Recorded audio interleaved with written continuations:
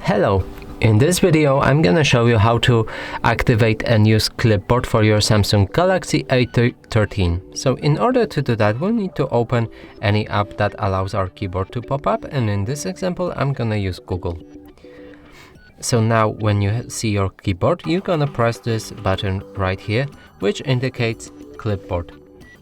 Now, as you can see, I don't have anything in my clipboard, so in order to add something, we'll need to type in our text right here some words or sentences.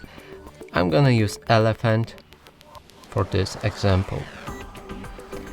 Now when we've typed in the word that we want to add, we're gonna select it with our finger and press copy.